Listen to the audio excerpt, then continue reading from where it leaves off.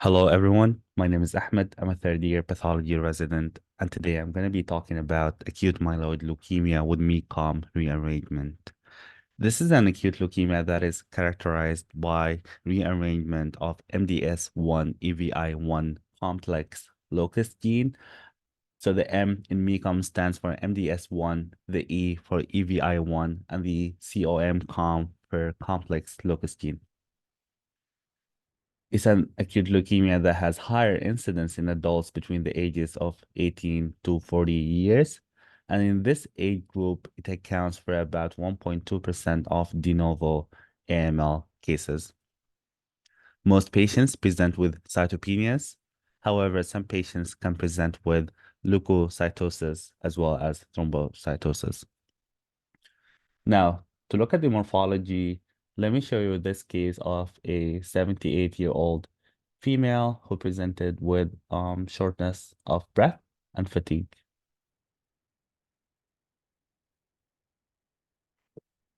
So as you can see here, even from this magnification, we can see a lot of empty spaces between these red blood cells. So it would make sense that the patient has shortness of breath because clearly the patient is anemic. Now let me take you high power to see what's going on here. So from this magnification, I do see a couple of large atypical cells, like this cell here, this cell here, this cell here, as well as this cell here. Let me take you higher power to check the morphology of these cells. Put in some oil for better visualization. And now, as you can see here, for this cell here, it's a large cell with high nuclear to cytoplasmic ratio, scant cytoplasm, large nucleus, and prominent nucleoli. Like, for example, this is a prominent nucleolus here, and this is another prominent nucleolus here. So this cell is a blast. Let's go around. This cell here has the same morphology. This is another blast. And let's keep going around to see if we can see more blasts in the peripheral blood of this patient.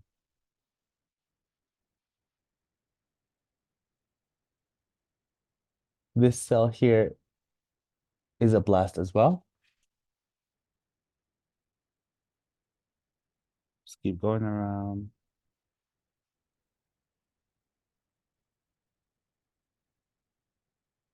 Here in this field, this cell is a blast and this cell is a blast as well. As for this cell, I'm not quite sure. I favor this to be a blast, but I'm not sure, to be honest.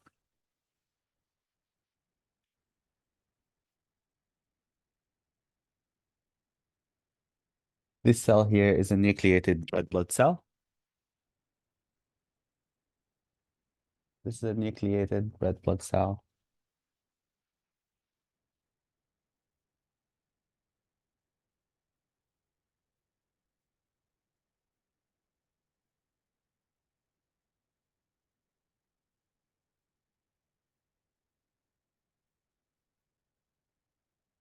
This cell here is another blast, but it's slightly different from the blasts that we looked at because it has these irregular nuclear contours and it has cytoplasmic vacuoles as well.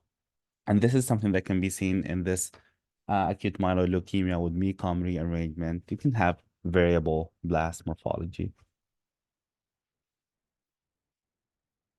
Let's go around and see if we see any other abnormalities in the peripheral blood of this patient. So as I'm going around, I do see a lot of lymphocytes, but also I see something here.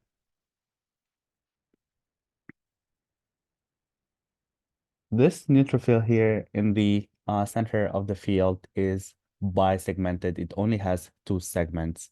And this is a dysplastic neutrophil. Generally speaking, for neutrophils, they have 3 to 5 segments and they do have granules. If you have hyposegmented neutrophils, these can be dysplastic. And if you see hypogranular, hypo-HYPO granular neutrophils, these could be dysplastic as well. So this one is a hyposegmented neutrophil. It's a dysplastic neutrophil. Let's go around to see if we do see any more dysplastic cells.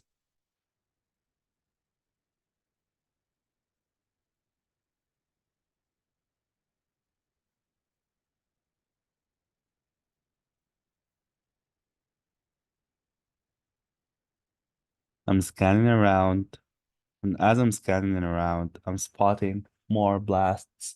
Like this one here is a blast.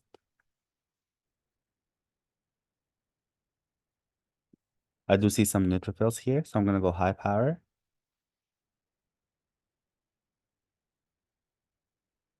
This is another dysplastic neutrophil.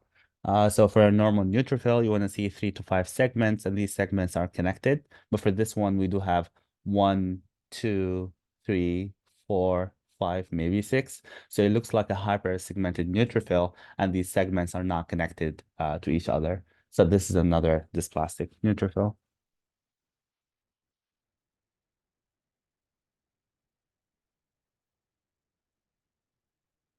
This one here is not too bad. It's maybe hypersegmented, like 1, 2, 3, 4, 5, 6. So it's a hypersegmented neutrophils. So we do see abnormal nuclear segmentation in some of the neutrophil.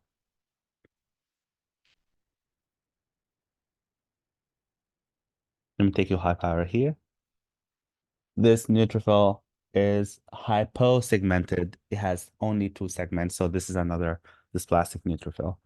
So the summary is that as I'm scanning in this peripheral blood smear, I do see circulating blasts. These blasts are large in size. They have high nuclear to cytoplasmic ratio. They have a scant amount of cytoplasm, and they have prominent nucleoli. Other blasts have cytoplasmic vacuoles. The patient is anemic. I do see some anemia with some scattered nucleated red blood cells, like this one here, for example. And I do see neutrophilic dysplasia in this peripheral blood smear, like this hyposegmented neutrophil, for example. So let's have a look at the bone marrow aspirate smear to see what's going on with this patient. And I'm going around trying to identify an area that has bone marrow spicules. And this seems like a good area here. So I'm going to go high power. And as I'm going high power, I do see these. This is a megakaryocyte that is just a nucleus. I don't see the cytoplasm for this megakaryocyte. This is another megakaryocyte. This is the nucleus, and this is the cytoplasm. This megakaryocyte is hypolobated, HYPO. It has less lobations than normal. This one here is another megakaryocyte that doesn't have cytoplasm. It's just a nucleus. So I'm seeing variable megakaryocyte dysplasia. Here, another megakaryocyte that is just a nucleus.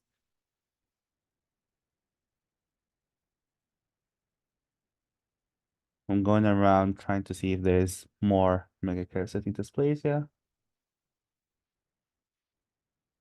I'm going to put some oil for better visualization.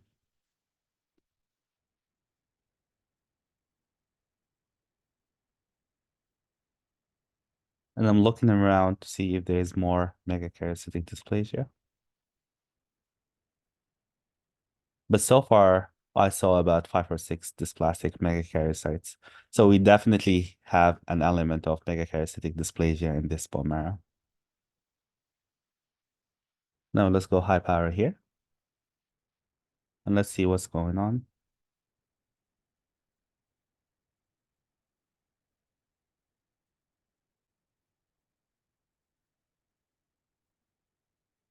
This is an erythroid precursor here.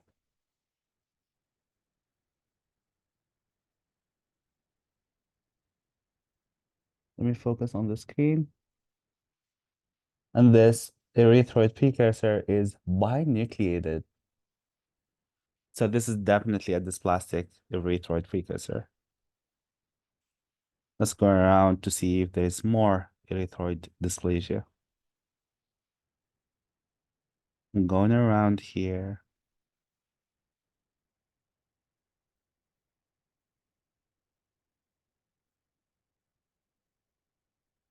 And basically what I'm looking for is like irregular nuclear contours, binucleation,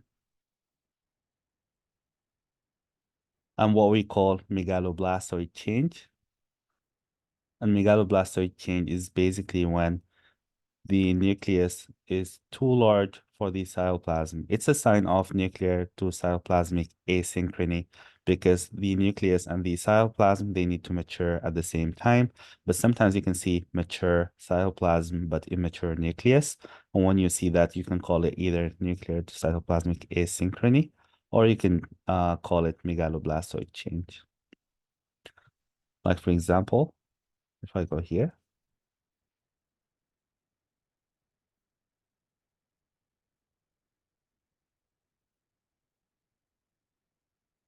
this nucleus, this nucleus, this nucleus. These are all erythroid precursors, but the cytoplasm for this one is more mature than the cytoplasm for this one and this one. So there is an element of nuclear to cytoplasmic asynchrony or megaloblastoid change. I'm looking here to see if there are any blasts. I do see some blasts, but the morphology is not that magnificent. It's not that clear because a lot of these cells, they have bare nuclei with no cytoplasm. But for example, this cell here is a blast. It has high nuclear to cytoplasmic ratio, scant cytoplasm, and prominent nucleoli. This cell here is a mast cell, and eosinophils, basophils, and mast cells can be increased in the bone marrow of patients of acute myeloid leukemia with MECOM rearrangement. And this is higher magnification to show you this mast cell. So far, what I'm seeing in this bone marrow, the first thing that I spotted was megakaryocytic dysplasia. Then after that, I saw erythroid dysplasia. And I saw scattered blasts. We did a 500 cell count for this bone marrow, and then we ended up counting 24% blasts. Now, let me show you the core biopsy for this patient.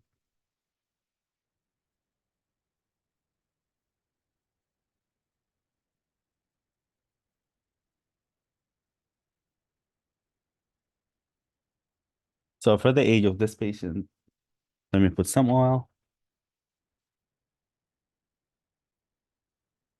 Let me focus on the screen.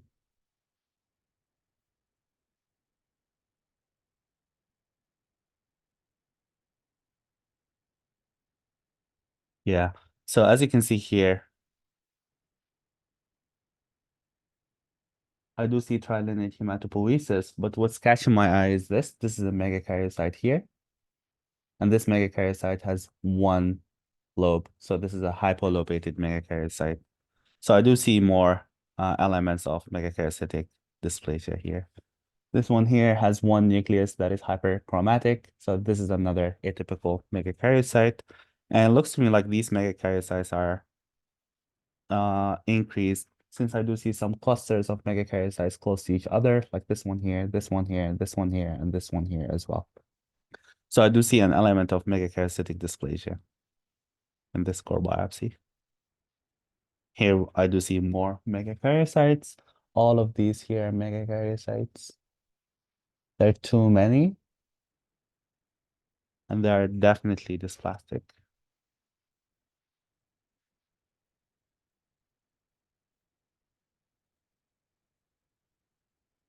Now let me take you around, look at the other level. And what I'm trying to show you here is that this bone marrow is definitely hypercellular. I don't see a lot of fat between the hematopoietic elements, and we said that the patient is 78-year-old. So a cellularity that I would expect for such a patient would be between 20 to 30%. But here, the cellularity, I'd say about 80% or even more than 80%. So we have a hypercellular marrow with megakaryocytic dysplasia. And then we did some immunohistochemical stains. One of these stains is CD34 immunohistochemical stain to highlight blasts. And as we go high power here,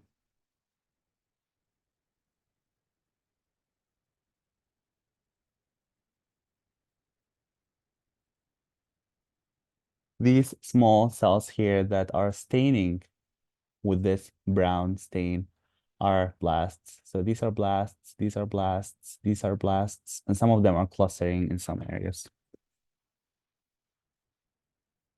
And then you have to give a percentage of CD34 staining. And the percentage here is about 20 to 25%, meaning that there is one blast in there's one blast in every 5 cells, or one blast in every 4 cells, if you're considering 25%. Now, let me take you back to our PowerPoint presentation. So for the histopathology, the peripheral blood smears often show dysplastic neutrophils, and we saw that in our case, bone marrow multilineage dysplasia is common and most pronounced in megakaryocytes, and that's exactly what we saw in our case. We saw erythroid dysplasia, we saw neutrophilic dysplasia in the peripheral blood smear, and we saw megakaryocytic dysplasia in the bone marrow aspirate smear, as well as the core biopsy. And the blasts, they have variable morphology. As for the immunophenotype for this leukemia, most often the blasts are DIM-CD45, CD34 positive, CD117 positive, CD13 and 33 and HLA-DR positive. Most are CD38 positive with frequent aberrant CD7 expression. CD7 should not be expressed in normal blasts. If you have aberrant CD7 expression in a blast population, then for sure, if it's a myeloid blast population, then for sure this is an abnormal myeloid blast population. Megakaryocytic markers, including CD41 and CD61, can be positive in some cases. And sometimes you can see high or bright CD34 expression, and that's more commonly seen with inversion 3 than with translocation 3-3. But both inversion 3 as translocation 3-3 would result in MECOM rearrangement, which you need to make a diagnosis. Now, let's have a look at the immunophenotype for this case that we've been discussing so far. So for this patient, we do see this red DIM-CD45 population. This population is CD34 bright. It's all the way up there. It's negative for some of the T lymphoid markers, including CD2, CD3, and CD5. 2, 3, and 5. And here CD7 is DIM. So we do see DIM aberrant expression of CD7 in this blast population if it ends up being a myeloid blast population. So let's go down and confirm. CD19, which is a B-cell lymphoid marker, is negative. CD56 is negative in this blast population. And here more CD19 and CD20 are negative. These are B lymphoid markers. CD10 is negative as well, and CD38 is DIM in this population. And most cases can show CD38 positivity on flow cytometry.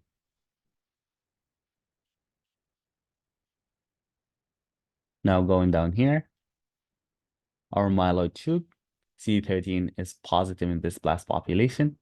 CD117 is positive. CD123 is predominantly positive, and it's a good idea to give a percentage because there is targeted therapy against CD123. HLA-DR is positive, CD33 is positive, CD13 is positive.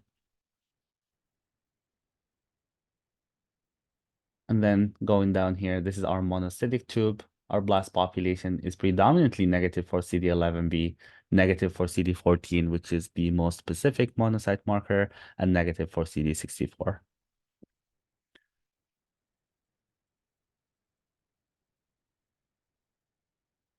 Now going down here, MPO is dim in this blast population, and TDT and CD79A are negative in this blast population. So in summary, we have a dim CD45, CD34 bright, immature myeloid blast population with frequent or with aberrant expression of CD7, and it expresses a couple of the myeloid markers.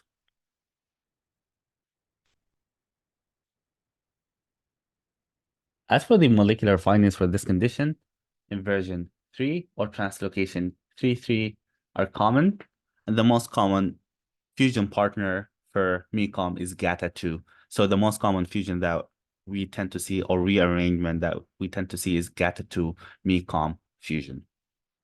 The hallmark of this acute myeloid leukemia is overexpression of EVI1 in the absence of MDS1 EVI1 transcription. Cytogenetic abnormalities can be seen like monosomy 7, deletion 7q, deletion 5q, and complex karyotype. And somatic mutations are commonly involving RAS pathway genes, with NRAS being the most commonly mutated.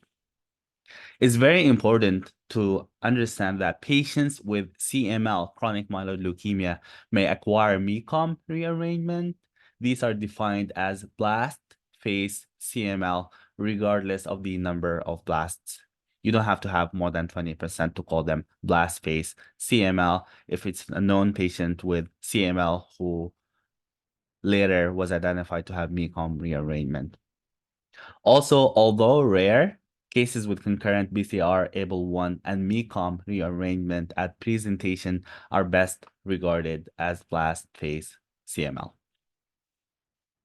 Now, as for the essential criteria to make a diagnosis, you need to identify a myeloid neoplasm with increased blasts. These blasts may be less than 20%, either in the peripheral blood or in the bone marrow. You need to identify MECOM rearrangement in a patient with no history of myeloproliferative neoplasm. You have to exclude a previous myeloproliferative neoplasm or concurrent myeloproliferative neoplasm, including or predominantly talking about CML. And this leukemia should not be fulfilling diagnostic criteria for myeloid neoplasm post-cytotoxic therapy.